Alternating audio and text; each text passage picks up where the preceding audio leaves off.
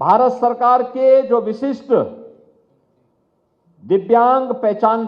दिव्यांगता पहचान पत्र है, इसके पंजीकरण की कार्रवाई को आगे बढ़ाया है और इसमें 16,23,000 से अधिक कार्ड अब तक निर्गत हुए हैं, जिनमें 19,74,000 को अब तक रजिस्टर्ड भी किया गया है। दिव्यांगजनों के साथ साथ कुष्ठावस्था पेंशन की राशि को भी 2,500 से बढ़ा के 3,000 रुपया किया गया है और कृत्रिम अंग और सहायक उपकरण के लिए अनुदान राशि 10,000 से बढ़ा के 15,000, स्मार्टफोन, टैबलेट, डीजे प्लेयर जैसे आधुनिक सहायक सामग्री के लिए भी हम लोगों ने धनराशि उपलब्ध करवाया है।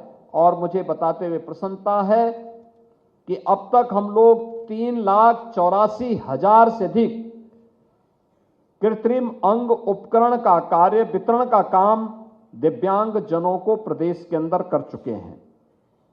प्रदेश के अंदर शल्य चिकित्सा के अनुदान के लिए भी सर्जरी के अनुदान की राशि को 8,000 से बढ़ा के 10,000 करने, कॉन्क्लियर इम्प्लांट योजना के अंतर्गत 6 लाख रुपए का अनुदान हम राज्य सरकार की तरफ से उन परिवारों को देते हैं जहां पे बच्चे यानी जिन्हें मूक बधिर जिन्हें कहते हैं, उनको सुनाई नहीं देता इसलिए बोल नहीं पाते। कॉन्क्लियर इम्प्लांट के लिए सरकार के द्वारा 6 लाख रुपए की राशि दी जाती है और मेरी अपील होगी, बच्चा पैदा होने के बाद से ही अगर हम उसका परीक्षण करना प्रारंभ कर देंगे और 5 वर्ष की उम्र तक अगर हम कॉन्क्लियर इम्प्लांट की कार्रवाई को संपन्न करके उसकी स्पीच थेरेपी के साथ उसे जोड़ देंगे तो बच्चा एकदम अच्छा हो सकता है। मैं भी देख रहा था जिन बच्चों को सफलतापूर्वक यह इम्प्लांट किया गया, मुझे बताते हुए प्रसन्नता है कि इस वर्ष हमने अकेले 108 ऐसे बच्चों पे कॉन्क्लियर इम्प्लांट के लिए धनराशि उपलब्ध करवाई है और अभी भी मैं बाहर उन बच्चों को सम्मानित करके आया हूं। बहुत अच्छा बोल रहे हैं, जैसे मैं बोल रहा हूं ऐसे वे भी वहां पे बोल। उत्तर प्रदेशच्या सरकारने फार मोठी जे काही निर्णय घेतलेला आहे, अत्यंत महत्त्वाचा, 2,500 मधून 3,000 रुपयाची वाढ करण्यात आलेली आहे। वृद्ध पेन्शन असो, विधवा पेन्शन असो किंवा विकलांग पेन्शन म्हणजेच जे काही दिव्यांग बांधव आहे त्यांच्यासाठी 3,000 रुपये प्रति महिना असं जे काही योजनेचा लाभ मिळत आहे, तसंच महाराष्ट्र सरकारने सुद्धा याबद्दल लवकरात लवकर निर्णय घेतला पाहिजे आहे।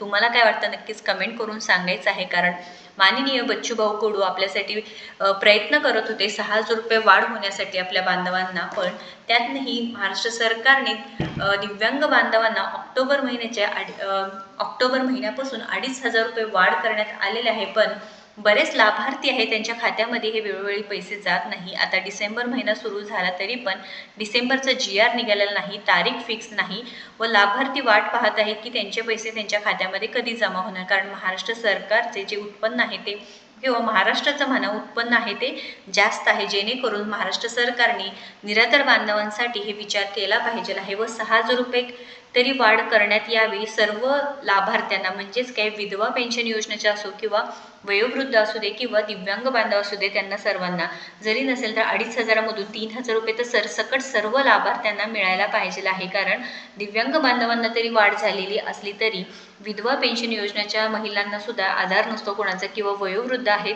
त्यांना पण जे काही त्यांचं औषध पाणी असू द्या किंवा बाकीचं जे काही खर्च आहे त्याच्यासाठी नक्कीच सरकारने विचार केलेला पाहिजे आहे। निराधार योजनेच्या सर्व लाभार्थ्यांना पेन्शन वाढ होणे महत्त्वाचं असल्यामुळे नक्कीच तुम्ही कमेंट करून सांगायचं आहे की तुम्हाला काय वाटतं।